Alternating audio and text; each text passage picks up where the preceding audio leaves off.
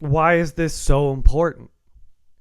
Because it governs your ability to receive and to see spiritual information. So in other words, it allows you deeper communion with God. It allows you deeper vision into God, the more this is healed and whole.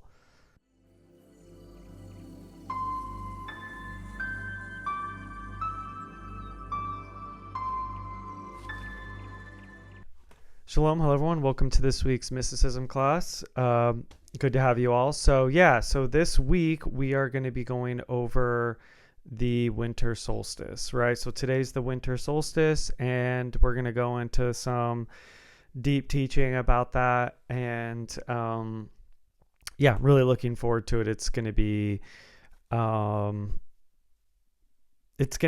connected to a lot of the things that we've been covering, and also kind of a transition into the next place of where we're going as well in the class. So to begin,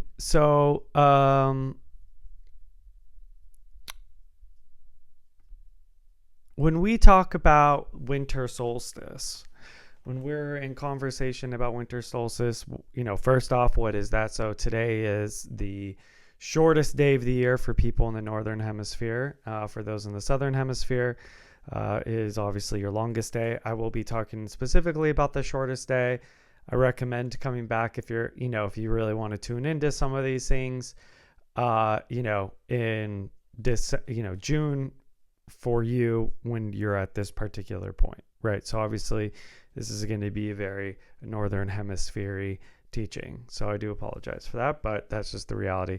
So for us in the northern hemisphere, this is the shortest day and the longest night of the year, right? And so starting tomorrow, the days start to get a little bit longer, although it's like 10 seconds. It's very difficult to notice that there really is a transition for usually like 3 or 4 days, something like this, or up to a week, right? So this is also where 12 days of Christmas comes from, because around the 12 days you can really then start to see that there's a small but subtle difference in the amount of sunlight that's happening. Okay, so now the the winter solstice is heavily connected to Christianity, right?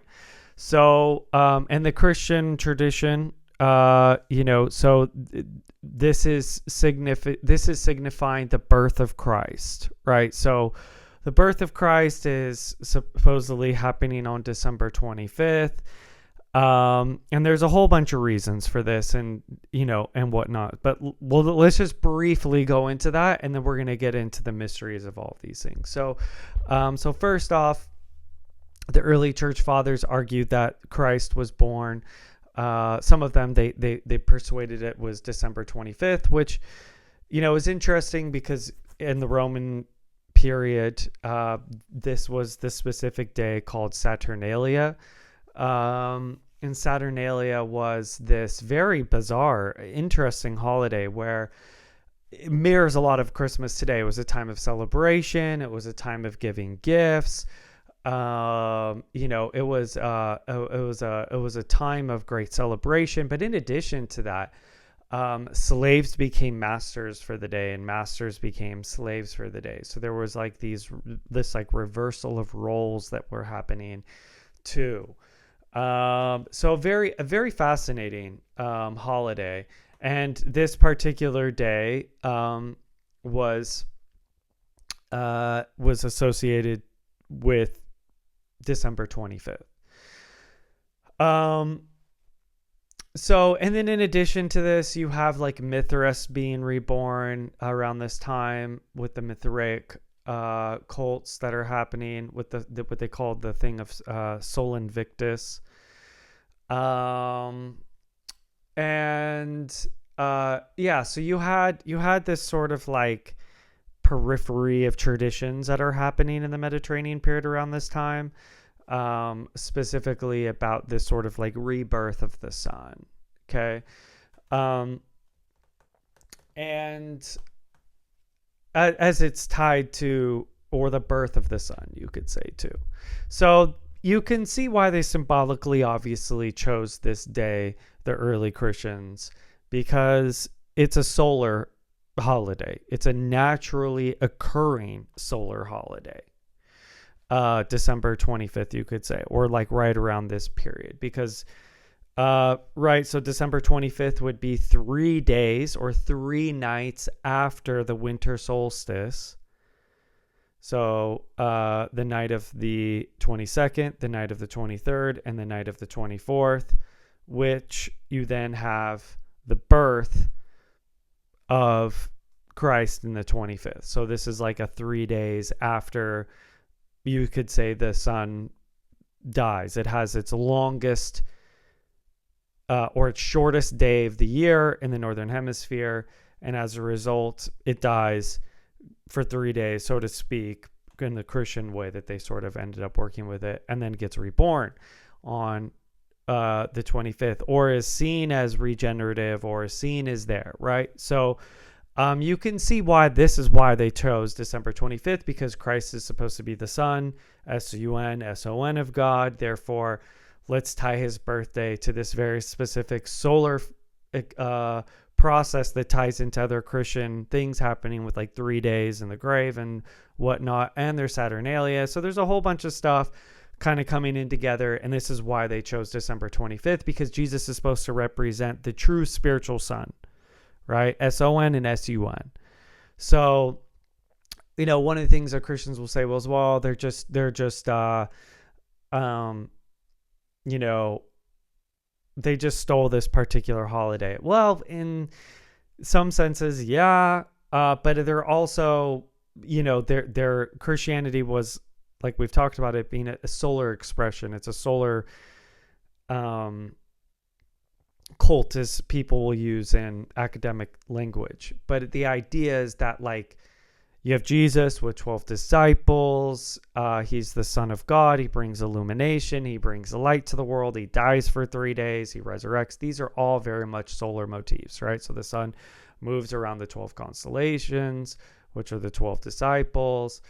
You know, he goes into the grave for 3 days and is reborn. This is connected to the sun dying and resurrecting, but also it brings illumination to the world. So this is very much of and then you see all the depictions of Jesus and iconography and whatnot, and it's very much tying it to a solar reality.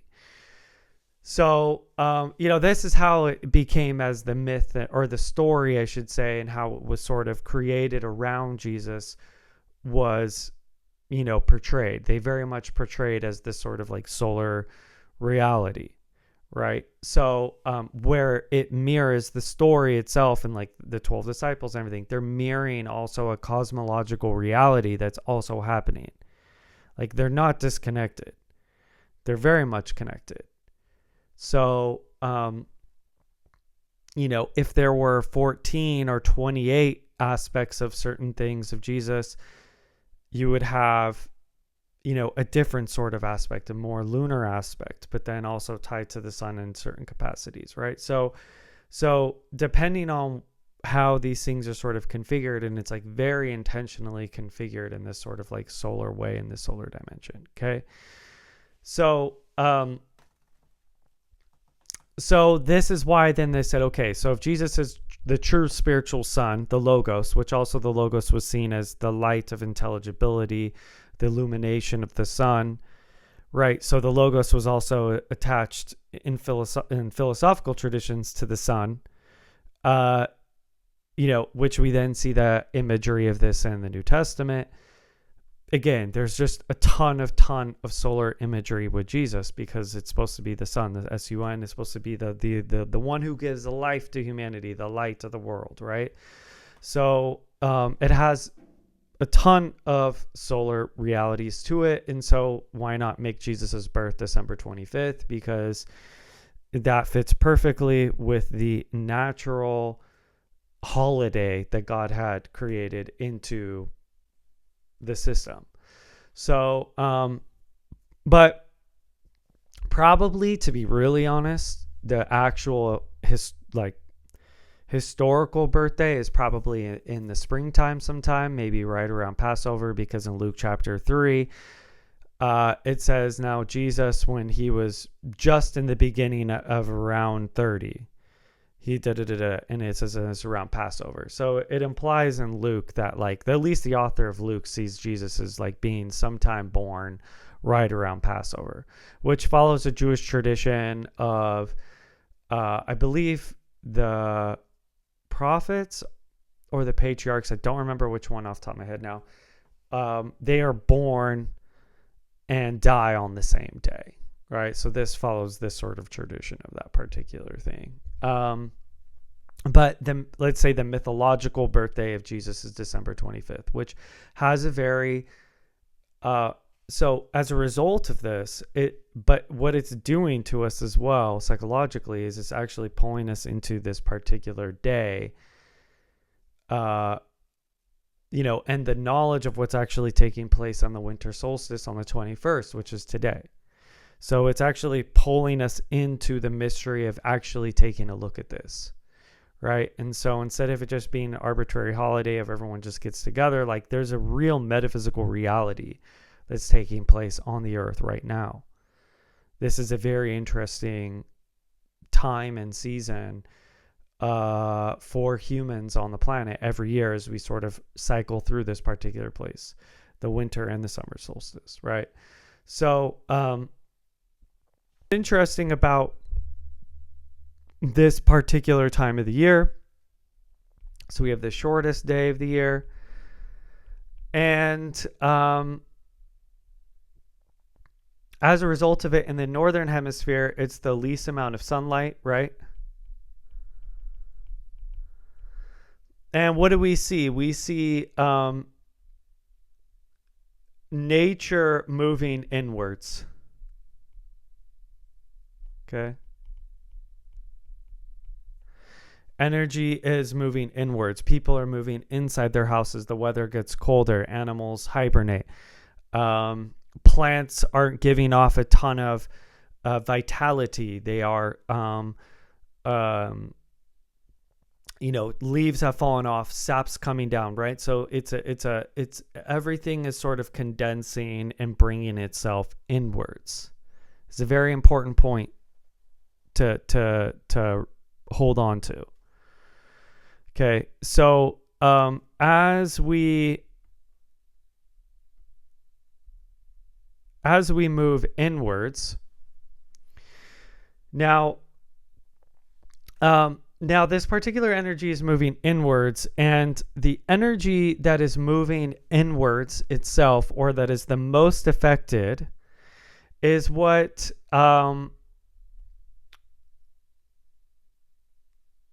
some ancient groups would call, and what Steiner calls, ether.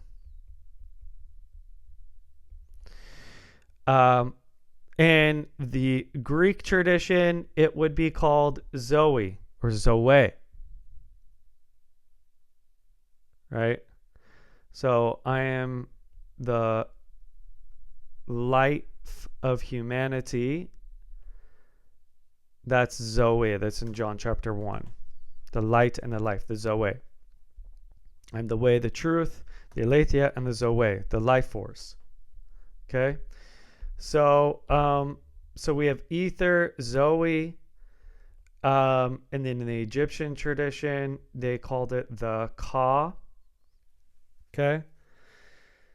And in the Jewish tradition, it eventually, that's fine. It gets noticed as the Hey. Okay? So it's and what it is it's the so what ether is, I know we talked about it in class again, but we'll again talk about this. So as spirit condenses itself down into matter,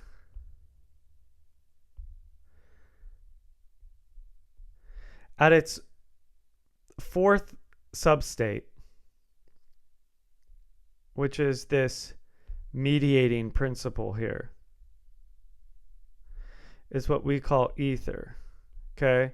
And this is like material. This would be plasma. Okay. And then so on and so forth till eventually you have solids, right? So plasma, gas, and solids. Okay. So you have ether, plasma, gas, solids. And then, of course, moving up, you would have these are higher spiritual energies and forces. And so the ether is the force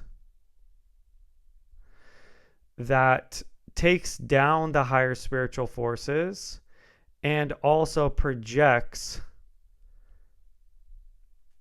this mapper or blueprint into the physical world as a sort of blueprint for something to grow into. So, for instance, the idea of what a tree can become is held up in the ether, right? Or you could say the form that you will eventually grow into is held in this sort of etheric space that the physical then sort of follows into.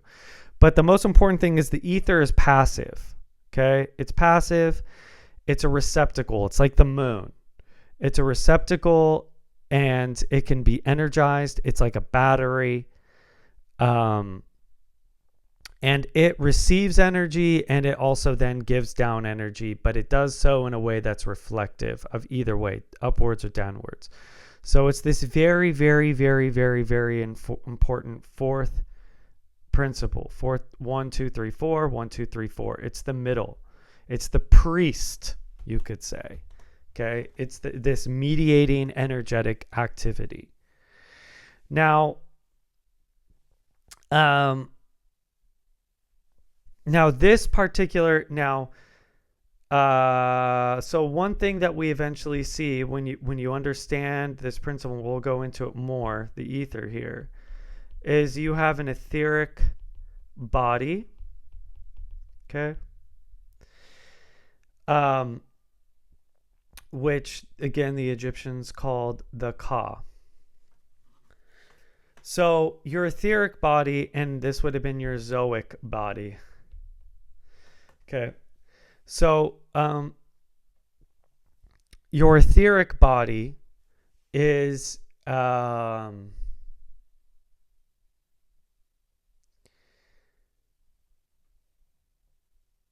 the most important part of yourself that determines health within the physical body. So the healthier the etheric body is, the healthier the physical body will be. Now, this particular etheric body is very, very, very, very, very important. And mind you, so here's Zoe. So that's the life-animating force. But then within the ether, the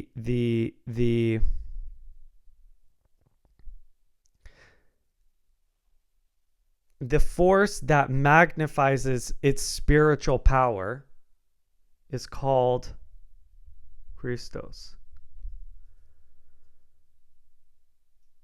So the anointing, the anointed, right? It's a magnification of spiritual ability or of ability. So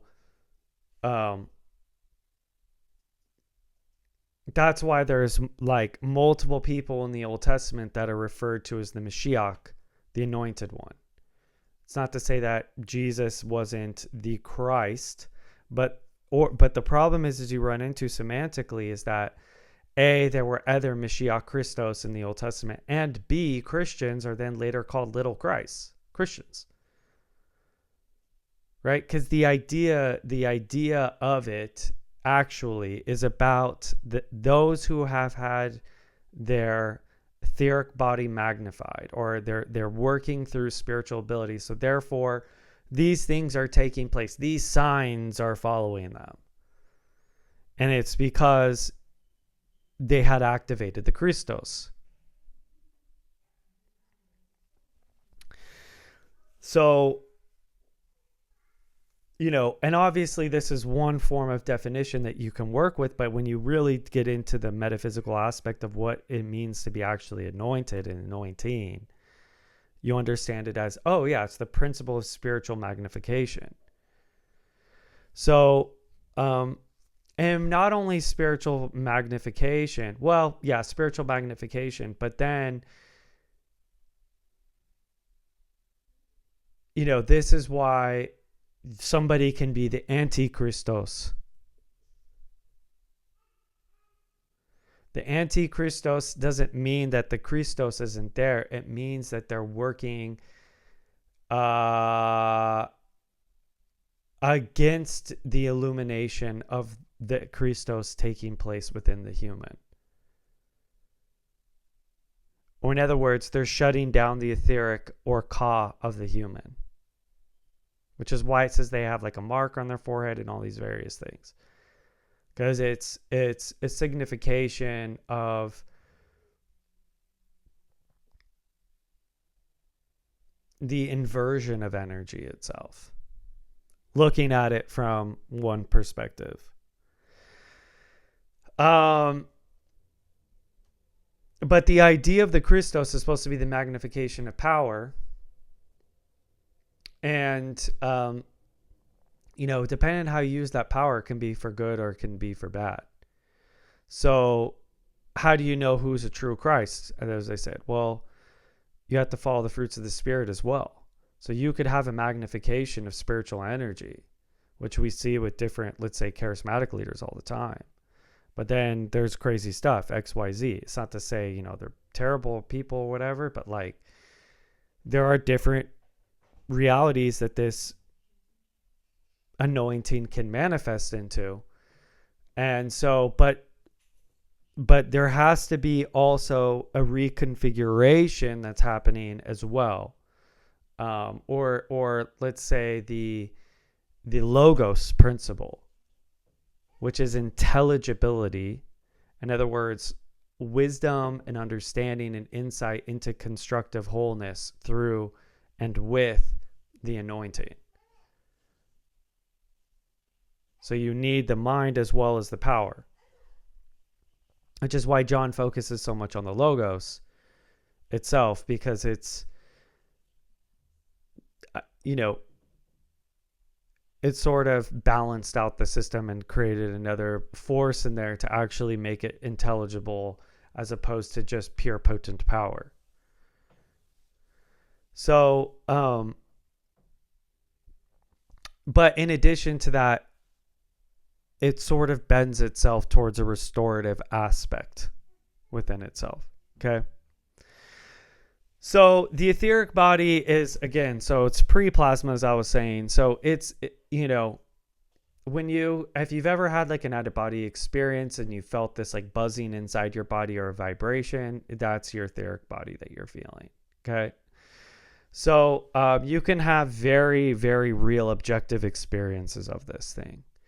And in addition to that, so it's the sort of bringer together the physical form. Now, what's interesting about ether is that ether, like the moon, it fluctuates, it moves, it breathes.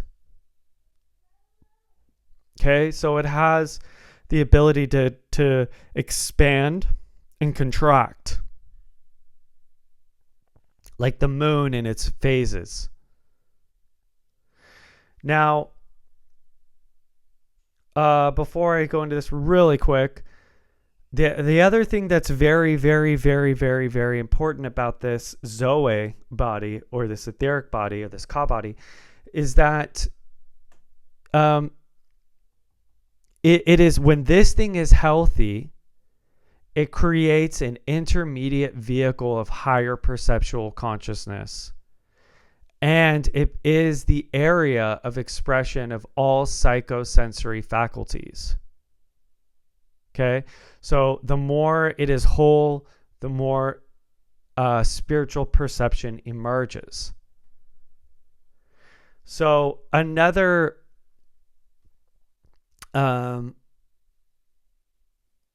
myth of this that we see, well,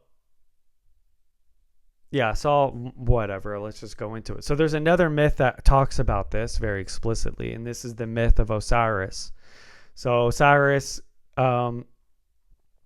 gets tricked by his brother Set. His body gets cut up into 14 pieces. Isis has to go find them, recover them, and then she revives his body and brings him back to life.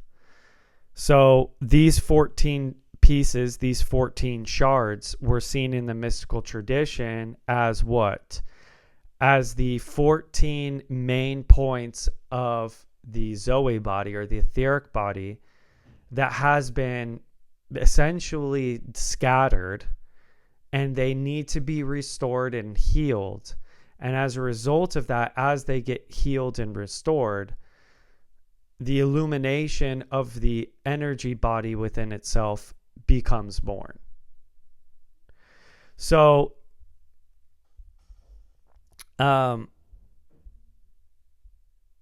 so there were 14 main forces, which I thought I put this in my notes.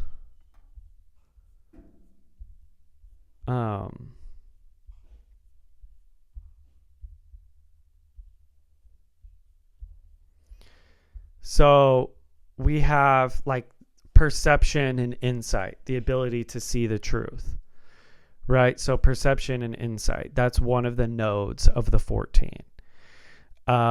The ability for creative word, to speak truth, that's another one. There's another force that's the raw force that makes things happen, like just pure, like Zoe at its like purest energy.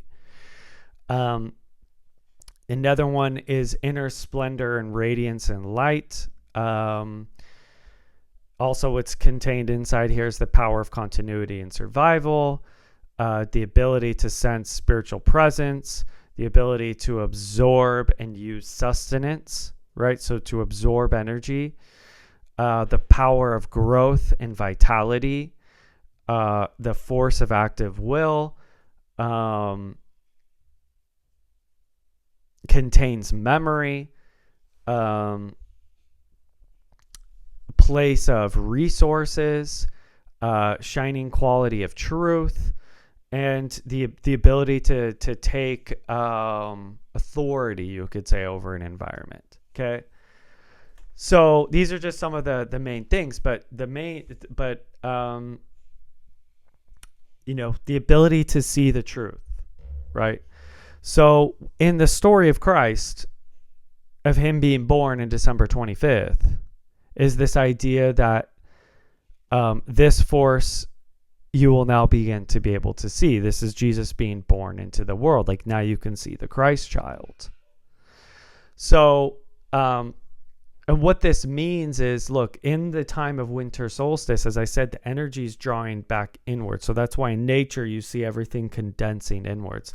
It's this etheric force that is now getting intensified as it pulls inwards, and the energy, this sight becomes inwards. Whereas in the summer, right, in June 21st, the energy is outwards expression. You go on vacations, you go on trips, you go do this, you're outside. The trees are springing with life. The birds are singing new songs, right? There's so much just energy, just boom. And that's when the etheric forces are moving outwards out, right? So in the inner one, you can take the energy of it to illuminate your own spiritual vision, to heal, to move deeper into it, to connect into it. But in addition to that, to also, a lot of people feel very connected to their loved ones at this time that have passed. And there's a reason for it, because this was seen as, when the cause of the world sort of interact with each other. So you have a lot of different saint stuff that's happening at this time, which is also why you see the angels showing up and different things in the story and with Jesus and whatnot. So you have a lot happening energetically at this time on the earth.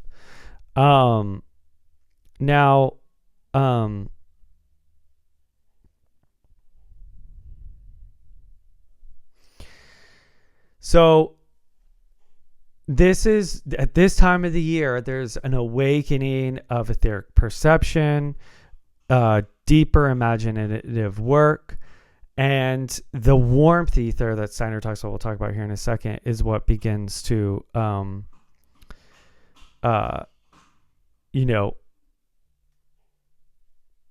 grow inside the human. So,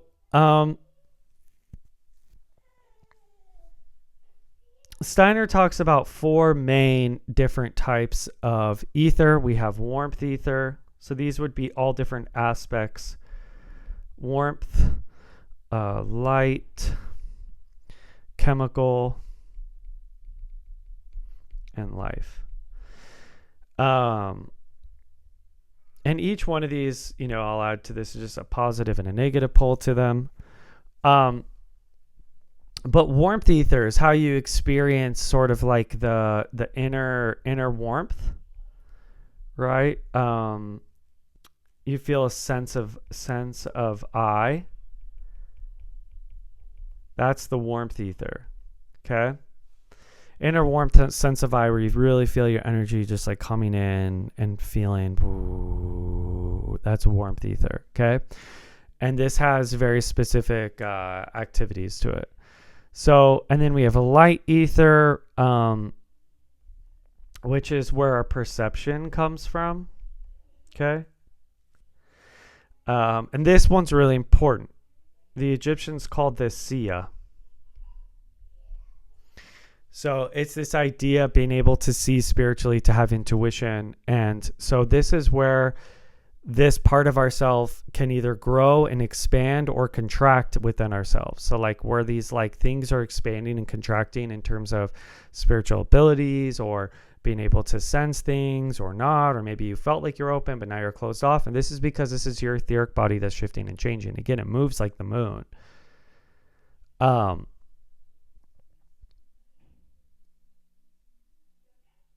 as you draw more energy into it, it becomes a stable structure. Okay. So then you have the chemical, which is like,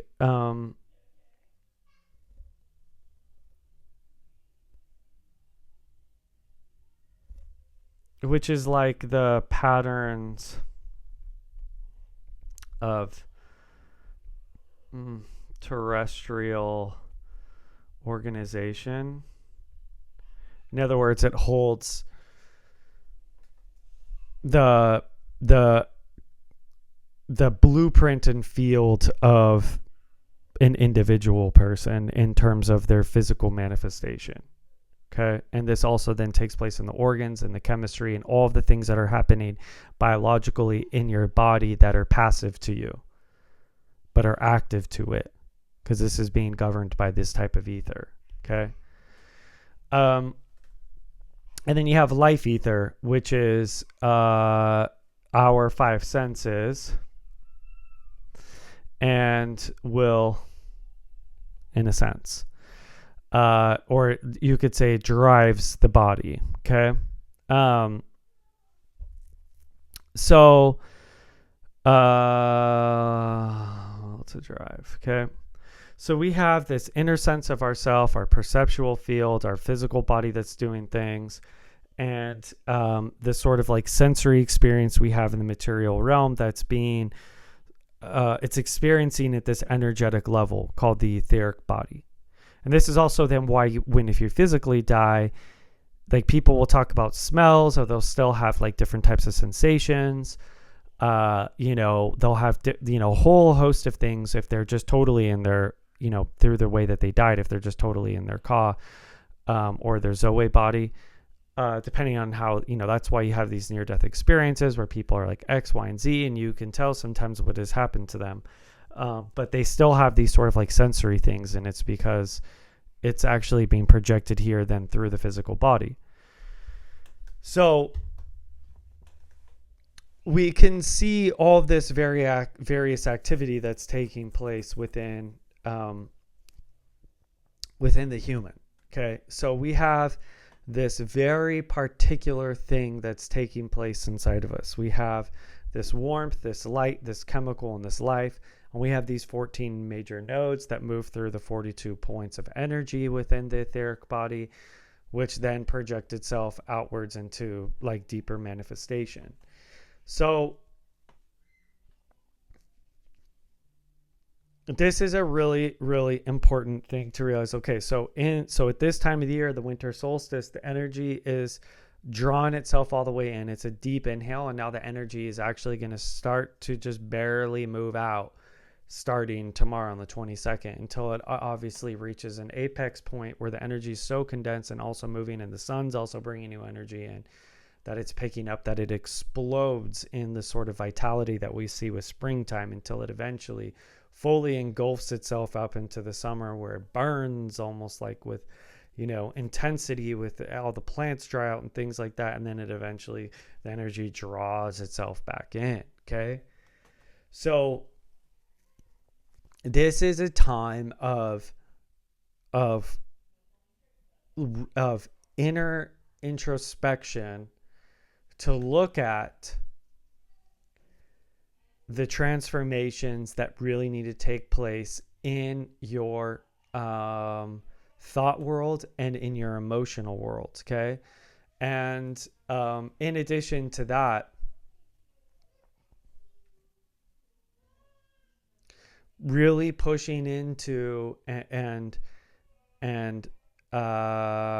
really pushing into spiritual practice in this time of the year, honestly, because you can really push and create an explosion of new energy to take place in your etheric body by focusing in this time of the year if you're in the northern hemisphere. Okay, so I say you can't do it any time of the year, but this is like where the seed really, like the energy is really condensing itself, because it's taking place in the earth, and that means it's also taking place inside our bodies as well. And so our body is actually taking this ether and making it more intensifiedly condensed even within our own cells, which is why we feel these movements inside ourselves at this time of the year. So now,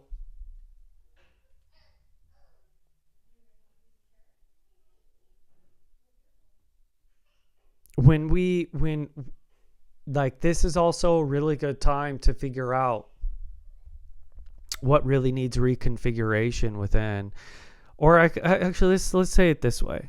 This is a perfect time of the year to meditate on what in your vision needs to change about yourself or God, and focusing in on the healing of it, right? Because this is a perceptual gateway. This is a perceptual gateway, a very important perceptual gateway.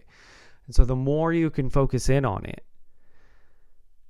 and really bring your focus to it, you will get the breakthroughs way faster. So this is a natural rhythm of the earth, the same way that water would rise up when the tide is high, and the crabs can then go swim in the water because it comes up the rocks, right? It's just like, this is just an opportunity. It is what it is. You could go in 6 months, climb down the whole beach side and jump into the water. That's fine. But the shores are all the way up at you right now. You're already in the water. You just don't even know it. So this is a very, very, very important time to bring within that reflection. Okay? And it's this fourth density part that I was talking about, this gateway that opens up. It's this reflection of heaven, and then also fully connected to earth. That's a sort of like this Christ child thing. So we have heaven and earth that are fully meeting in the sort of birth of Christ narrative, right? And this is specifically what's happening. So this this etheric force, and specifically the Christos within the ether itself and Zoe, is being intensified inside ourselves. It's coming in, but through its intensification is actually drawing us inwards into this inner participation with the spirit. So now in like the Jewish tradition, let's see here. So in the etheric tradition, in the Jewish tradition, this particular stage looks kind of like something like, it can look like kind of like two images here. Oh, jeez, terrible.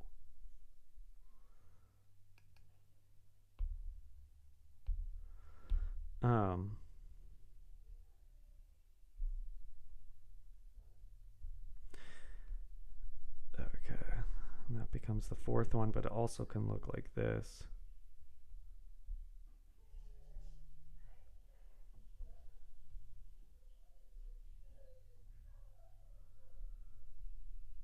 Okay, this being the fourth, this being the fourth, and then we can even tie these together, right? So when you tie these together,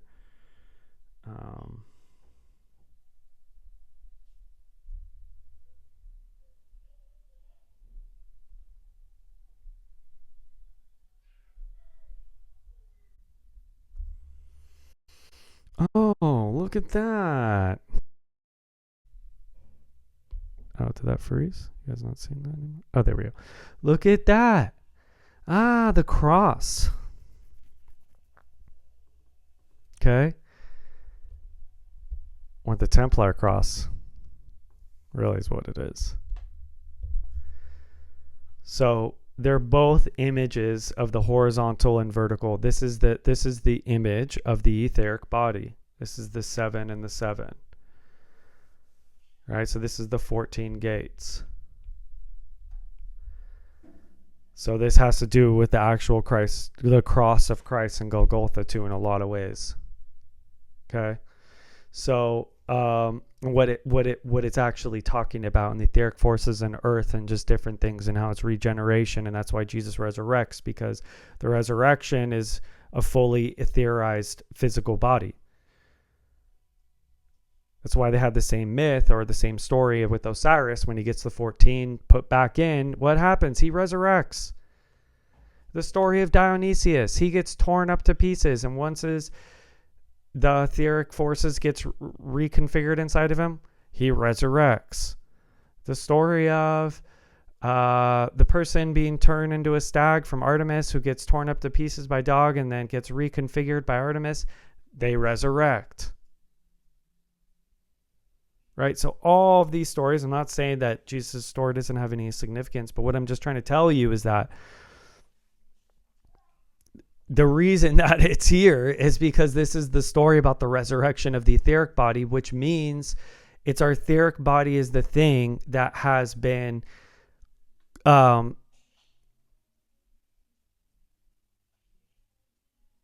controlled to a point to have it shut down so that we can't move into our next evolutionary part of ourselves, or to waken up to our deeper spiritual stuff. Like the blindness that we walk in, the ignorance that we walk in, is purely etheric. Because in an earlier human epoch, this wasn't a problem, and so spiritual perception was much different, and so as a result, the humans on the earth behave very differently.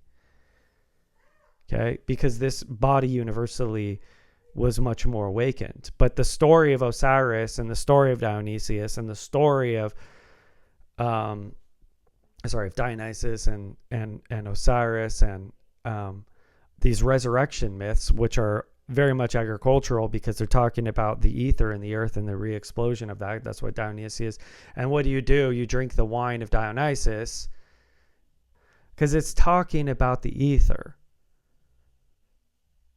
Right? And so you have this particular aspect that Christ infused himself with, the earth ether. Okay? So, but this is the 14 notes, the 7 and 7. Okay. So,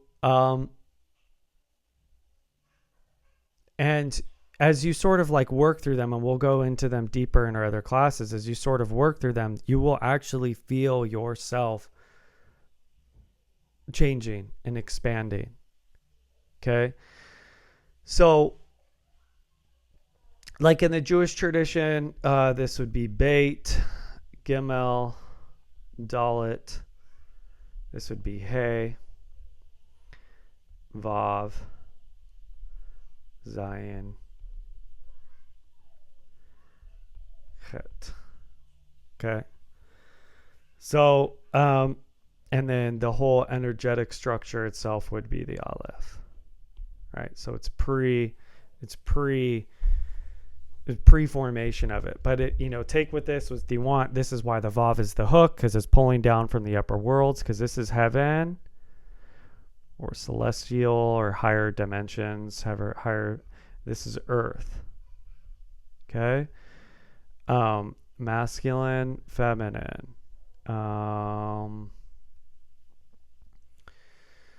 So, and then D, Dalet, the door, being the doorway back downwards and upwards into the etheric field. You have Zion, which is discernment. We'll just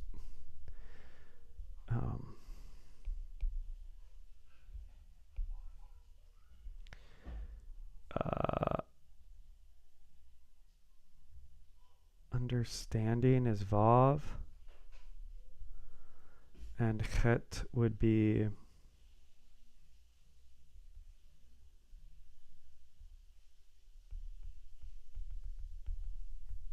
the desire to know. Okay. So so we have these, and mind you, these here are partners. These are partners, and this is the child, the Vav and the Dalet. Okay. So Dalet for Beit Gimel, and then the Vav for Zion and Het. Okay, with Hey being the mediator point of these two particular things. So, so when you're meditating on these letters, you can actually start to, this will help you guide you or give you a map of actually beginning to understand what sort of forces you're actually pulling on. So, because it's so this is part of the metaphysical mapping that you can work with. So, and then Hey, of course, is, the window.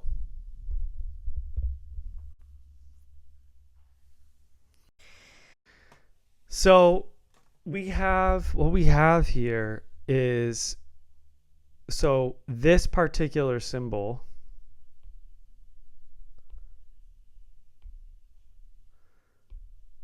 is, and as you can see here, there's a journey inwards that's happening, right? It's forcing you in. But then it's eventually going to flower out, right? So you see both movements of the ether, right? So this is why it's symbolic of the etheric force. So, why is this so important? Because it governs your ability to receive and to see spiritual information. So in other words, it allows you deeper communion with God. It allows you deeper vision into God, the more this is heal and whole. Which is also why it gets symbolized also for the heart sometimes. Okay? So the reason for this, so the reason that this thing is so important is because it re-brings vitality to the system. It reconfigures you with Zoe.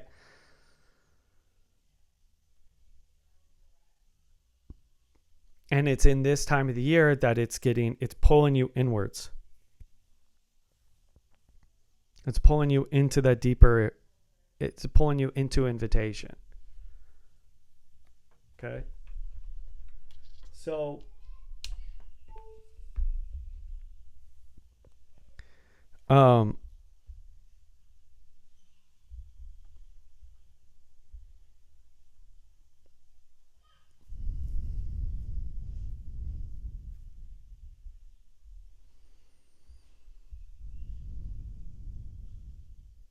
yeah. So the Christ child being born, right? It can be seen through a healthy etheric body. The anointing can be seen, the reconfiguration, the healing, your relationship to God, your understanding of God gets reborn. It becomes, your image of God becomes pure and innocent again. Right? As you come into the light, actually innocence emerges. So at this beginning, it's a refreshing into that innocence where you see the nature of God through a newborn. Because the dimension of a newborn is also a dimensional aspect of the divinity.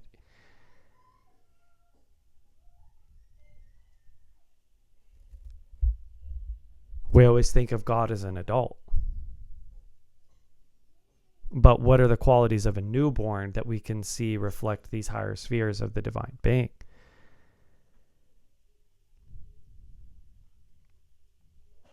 You know, as a father, whatever. So Christmas is a very, very, very mystical and metaphysical time. So so as it draws deeper warmth energy inside your heart, what that warmth energy also compels you to do is to give. It's a time of giving, and you just you may not even have the money for certain something, and you may even overspend, but something inside of you just goes, yeah, I'm going to do this, and I'm going to give this to this particular person. And it's so irrational. And it's because you've pulled in so much of this. And it's condensing inside yourself, and then it's going to spring forth as you move into these other various things. So now its first energetic expression, as I said earlier, acts like plasma. It's like plasma. It's so the most core intensified activity of its energy in the center of the sun through. It then through itself projects this plasma, which is light. So that's why light is also a part of this. There's energy, and there's light, and there's information and intelligence taking place in the etheric body. Okay, so what do you do if your etheric body is unhealthy? I'll get into that in a second, Sherry. And then Coach Carlos here. What is the connection between the etheric body and the nous? So the nous is something way beyond the etheric body. So the etheric body can catch the nous. It can catch the information from the nous. So in other words, your higher spiritual perception that is taking place inside yourself, even though you're not aware of it, it can become aware as the etheric, the Zoe, the Ka body gets healed and restructured. You can actually then begin to see from that dimension. So the nous is the pure place of your intelligence and consciousness that exists within you, and perception outside of any other sort of perceptual fields, and that thing is being funneled all the way down through the next one, which is the Ba, the Egyptians called, or the light body, and then you have the Ka, and or the Zoe body, right? And so then you have the Zoe, and then that energy is being funneled into this particular experience. Think of it as like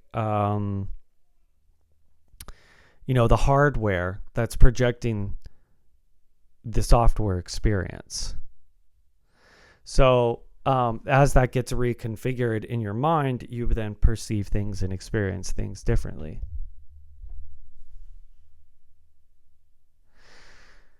So, like, and it's so in other words, like, add some more,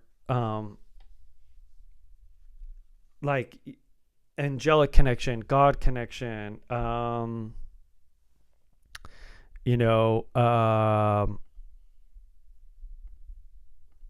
angelic connection, God connection, anything that is spiritually based, or even another part of your spiritual being becomes more noticeable, and you get to understand it, and it becomes more revealed as this particular thing gets healed. It's sort of the door. It's the gateway. That's why the dalet is at the bottom, because it's the door to the upper world, and it's also the door to the lower world.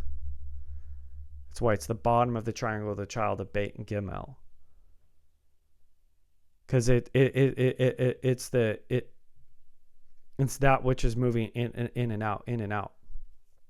That's kind of like the etheric thing. Is it reflects the heavens, it moves itself up, but it can also then come down. But its main purpose and why it was created was to project the physical form.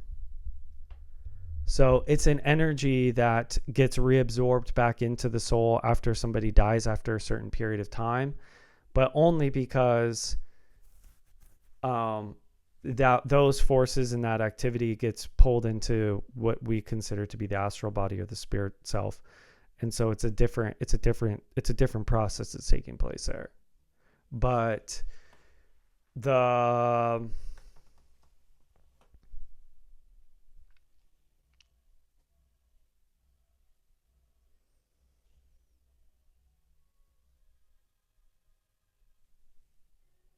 so its main purpose is to basically be the energy conduit between the higher energetic worlds and then the material world. So it's this bridge. It's the bridge place. It's the intermediate place, the intermediate realm. That's bridging the two. That's the fourth. It's bridging the higher and the lower. It's bridging the higher and the lower. It's bridging the higher and the lower. And so it's a very, very, very, this is why it's so important. And then not only is it bridging the higher and lower, it moves. It has a vitality, a life thing to it. If you're really tired all the time, it's because this is low. Okay, so this can get Hanukkah doesn't really fit into really any of this. That was sort of a later tradition. I mean, maybe there's some stuff there, but with the lighting of the candles and some of that aspect and the illumination of the light, but it was a little. It's semi. There's some connections that you can sort of play around with there. Okay, so what do you do if your etheric body isn't healthy? Okay, so the etheric body is it morphs through thoughts and sound. So if you ever go to a sound bath, that's what's being reworked. But in addition to that, it can be reworked by your voice. And it gets reworked through the vowels. So vowels, the sound of vowels, and the inner process of intuiting and connecting to it transforms it.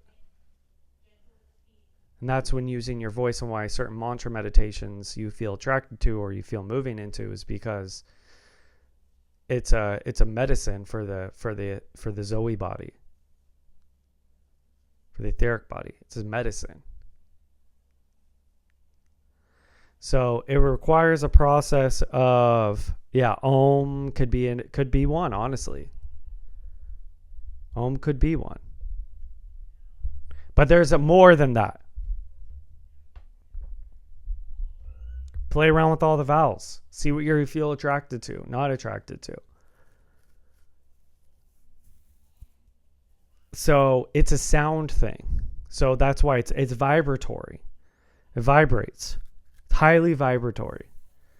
So it responds to thought and vibration or sound, but sound as created by your own inner voice.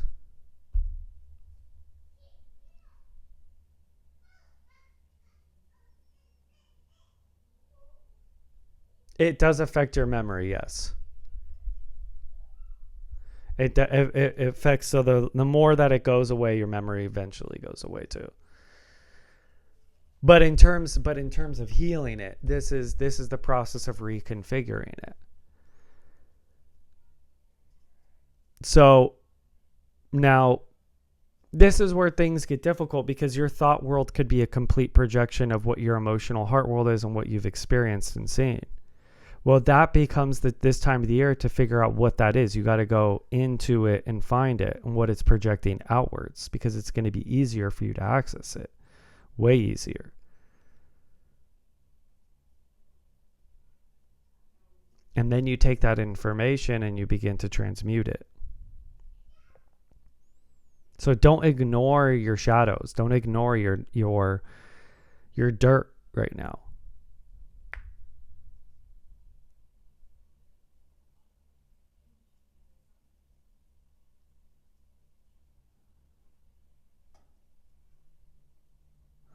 So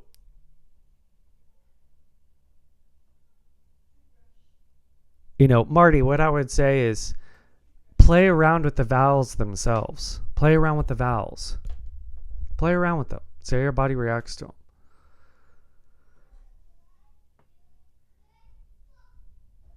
There's 14 main vowels that correspond to the 14 gates.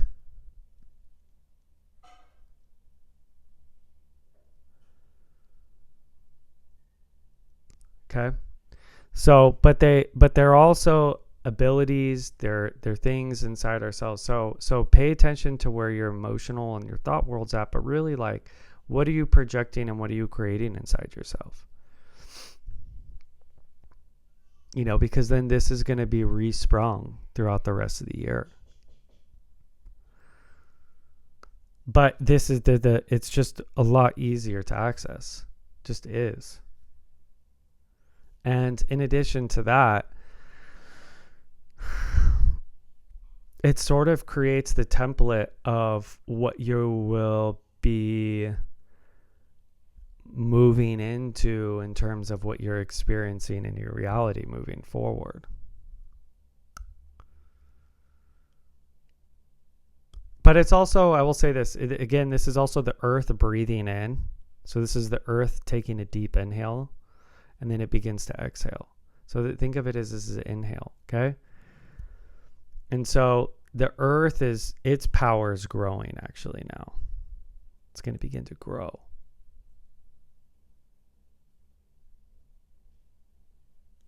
Thanks, Christopher.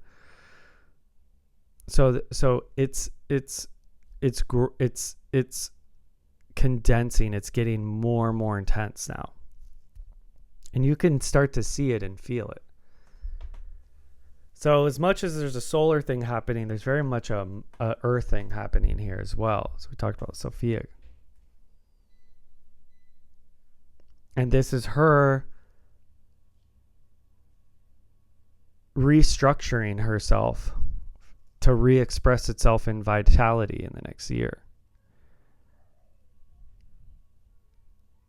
And to reach the information field of the center of the galaxy.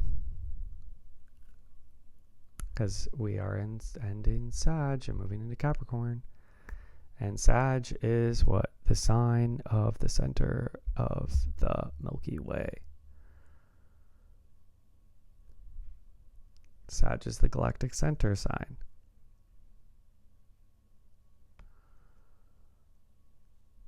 So there's a lot happening celestially. And from those cosmic beings that come from that particular place, or those heavenly beings, you could say, that project themselves or project different information.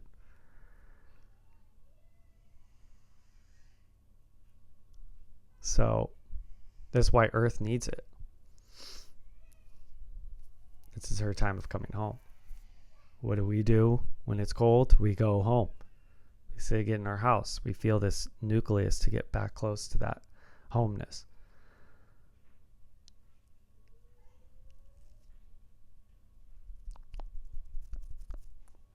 So, you guys having fun? Is this just like, is it too crazy? Is it too weird? So,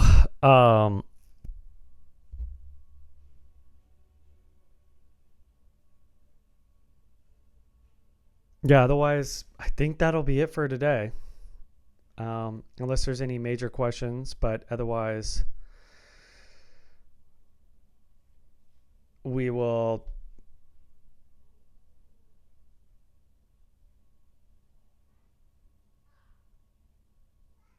Yeah, this is what's gonna kind of bridge our next place, where we're gonna talk about the different subtle bodies and different aspects of this. Yeah, there's exactly. So we're moving on from here. So we're gonna go into this a little deeper. We're gonna get into the subtle bodies. We're gonna talk about how they configure different things, so that we can actually begin to like work within these various things within ourselves. So it's kind of like this is the bridge into the next thing. I would honestly say will probably be a new module. So this will either be the first of the new one or something like that. So, anyways, have a wonderful Merry Christmas to all of you. Don't be afraid to look at it. Illuminate the light. Move inwards. Feel yourself deeper connected. Push your imagination. Push your meditation. Just put a little bit of more effort into it, and just really do that self-observation, and by re-looking at things, and then we'll go from there. So have a wonderful Merry Christmas to all of you. And Candace, just Google 14 vowels. You'll find them. You'll find them online. Yeah. So it's that's totally out there. Have a wonderful rest of your Sunday. Take care, everyone. Merry Christmas. Shalom.